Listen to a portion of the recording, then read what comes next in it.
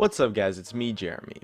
Over the next couple days we're going to be taking a look at all of the preseason changes, and I'll be going through and giving you my thoughts as well as the rundown of what's going on because it's some crazy action that's going to happen in Season 6. This video we're going to be focusing on the masteries and the new Keystone masteries, and let's jump right into it. I want to keep this video under 10 minutes, so I'm going to try to run through these fairly quickly. Anyways, we got these three new mastery trees. We got Resolve, which is a little bit of a mix of utility and some defense. It's mostly on the defensive end though. Cunning, which is a little bit of a mix of utility and a little bit of offense mixed in, but it's mostly on the utility end. And then Ferocity, which seems to be completely offense oriented. So the interesting thing about the masteries here now is that the way the tiers are structured is quite different. As you can see here, you can put 5 points into one of the two options, but you can't actually put 5 points into both. You have to put 5 points in the first tier, and that's it. That's all you get is those 5 points. And then you can only select one of the two, or later down in the tree, 3 options. So you have a tiered structure where you have one of 2 choices where you can put 5 points in, and then you get 1 point that puts into something that's a little bit more impactful, and then another tier, and then another 5 points, and then you finally get your Keystone Mastery at the end that does a bunch of really cool stuff. Overall, I like the new mastery system a lot. I think it's a lot more impactful, feels a lot better. It isn't too much of like, oh, 1% extra armor, like something really small and minuscule that you're not going to notice. These masteries are going to have an impact. You're going to notice them, and let's go through them. So first off, in the Resolve tree, we got Recovery. It's just very simple. We already have this mastery in the game right now, 2 health regen. And then Unyielding is going to give you bonus armor and magic resistance. And then after that, you can pick between either Explore or Tough Skin. You got your 12 movement speed in the bush or in the river. Or you have your Tough Skin, which is 2 less damage from champion and monster basic attacks. Now, it's interesting that it's both champion and monster attacks, so it looks like that's a nice tank option, and this is the more utility, someone like Nidalee maybe. And then we have Runic Armor, 8% bonus to all shields and healing on you, includes lifesteal and regeneration, as well as Veteran Scars, which is 4% total health. Next up, we got Insight, your summoner spells, 15% reduced cooldown, good mastery. Perseverance, 50% health regen, increased to 200% when below 20% health. 200% is quite high, so looks like that mastery might have a lot of situations on certain champions. And then next up, we got Swiftness, 15% tenacity and slow resist is pretty big. It's been combined from a couple of the other masteries in this current defense tree. And then we have Legendary Guardian, 2 armor and magic resistance for each nearby enemy champion. Looks like that can be a maximum of 8 armor and magic resistance. And then we have the Keystone Masteries for the Resolve tree. Grasp of the Unyielding, every 4 seconds in combat, your next attack against an enemy champion steals life equal to 3% of your max health. So this is a huge, very strong mastery for duelers, skirmishers, that kind of stuff. Champions that are going to be fighting a lot, as well as maybe if you're just looking to pick up a little bit more sustain in your build, you could combo this with something like Perseverance and Recovery for some more sustain. And then Strength of the Ages is a really interesting one. So this is a mastery that gives you up to potentially 300 health or more. Siege minions and large monsters that you or nearby allies kill grant you 20 and 10 permanent health respectively, 300 max, so you get 300 permanent health after you stack it up, and then after reaching the max bonus, further nearby siege minions restore 100 health. And then Bond of Stone, 4% damage reduction. 4% damage reduction is quite significant, so it's definitely an impactful mastery. And when you're near an ally, the bonus is doubled, so potentially a very strong mastery for maybe a tank support. And then 8% of the damage they would take from champions is dealt to you instead, but it can't reduce you below 15% health. So now let's take a look at the Cunning tree. We got Wanderer, very standard stuff. We already got that in the game. Savagery, it's a little bit more amped up of what we got in the game right now. It's going to give you 5 bonus damage. And then after that, you can take Runic Affinity. Simple, we got that in the game already. Secret Stash, this is just the Biscuit Mastery, renamed into Secret Stash for some reason. They're trying to be edgy or something. Merciless, that's your Execute passive, or the Execute Mastery going on there. It's a little bit stronger. Instead of 3%, it's going to be 5%. Because you get your 5 points. And then Meditation, this one's a little interesting. Once every 5 seconds, regenerate 1.5% of your missing mana. So it's going to give you like a nice boost instead of a very slow passive regeneration. So you're going to feel the effect of this mastery a lot more because it's going to be a lot more active. It's going to give you a boost every 5 seconds rather than just passive regen. Then you got your Bandit Mastery. We got that in the game already. Dangerous Game in the Cunning tree. It's interesting that it's in the Cunning tree, not the Ferocity tree, but that potentially gives a lot of options. As well, something to mention is that you get 18 points into one tree and 12 points into another tree. So you get 1 Keystone Mastery and 1 secondary tier. So you can go 18 into Ferocity and still get Dangerous Game. Then you have Precision, 3 plus 0.3 per level armor and magic pen. This is gonna be, I believe, I think it's 8.4. Let's just check right here really quick.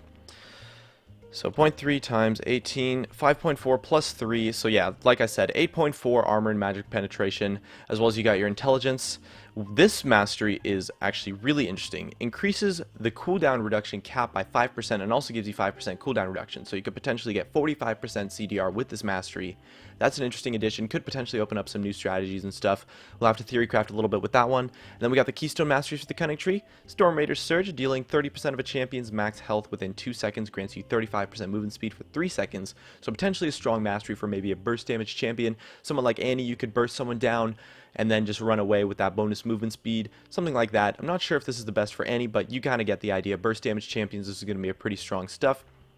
Thunderlord's Decree, your third attack or spell on an enemy champion shocks the area around them, dealing 10 damage per level, plus 20% of your bonus attack damage and 10% of your ability power as magic damage to enemies in the area. So it looks like it's a area of effect damage kind of thing. It's going to give you a little bit more damage overall. If you're maybe like someone like an auto attacker, looks like a good hybrid mastery for someone like maybe Kale, Jax kind of thing.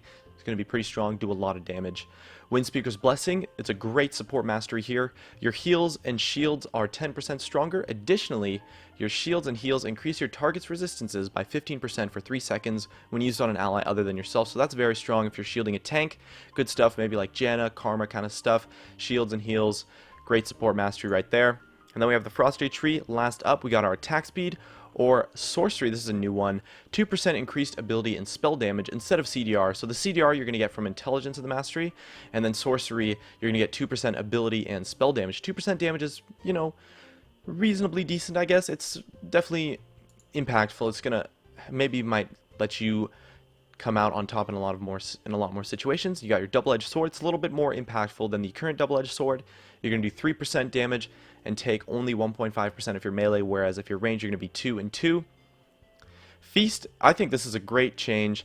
It's a lot more impactful. It's going to feel a lot better than the current Feast mastery in the game. Killing a unit restores 20 health, but it's going to be on a cooldown. I'm not sure how that matches up to the current mastery. It looks like, at least in lane, you have 6 or 7 creeps per wave. So it looks like it's probably going to be more health now than the current version of Feast that's in the game. And I like this change a lot. I think this is exactly what the direction that Riot wanted to take with the masteries. This is the kind of change. It's a very good example. They took something that was, you know, you get 1 health back per unit kill, 2 health, and something like that. Very small, doesn't really feel like anything, and they made it into this big thing that, okay, you're going to feel this. You're going to feel this mastery in the game. You're going to notice its effect, and it's going to affect your playstyle and your builds and stuff.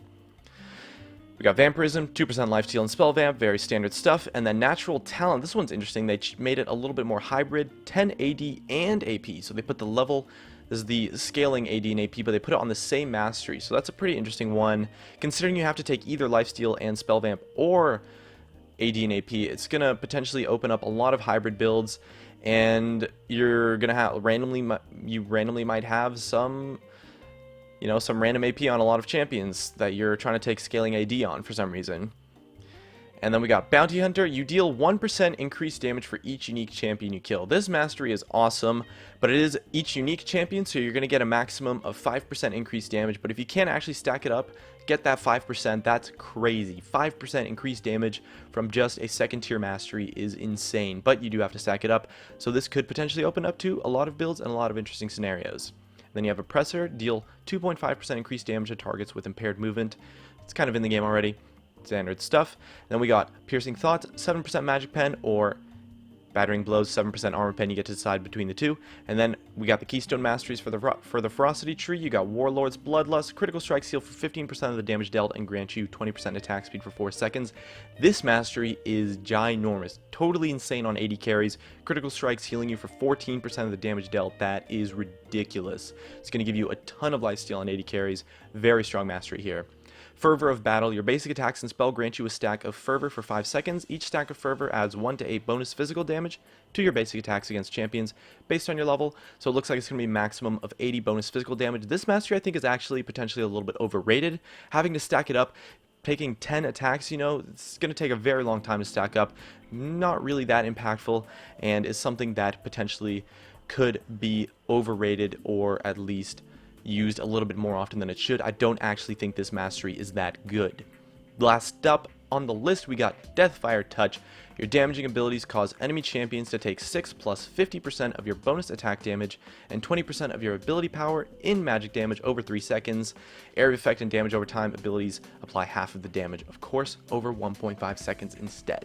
So it gives you a nice little burst extra on your magic abilities. This is going to be the mastery you want to take for AP champions, burst damages, mages, that kind of stuff, because it's going to give you a little bit more damage. 20% of your ability power over 3 seconds could potentially be, you know, sometimes as much as 100 damage, and that's reasonably significant in a lot of scenarios, especially if you're trying to get that one-shot burst combo on an enemy target.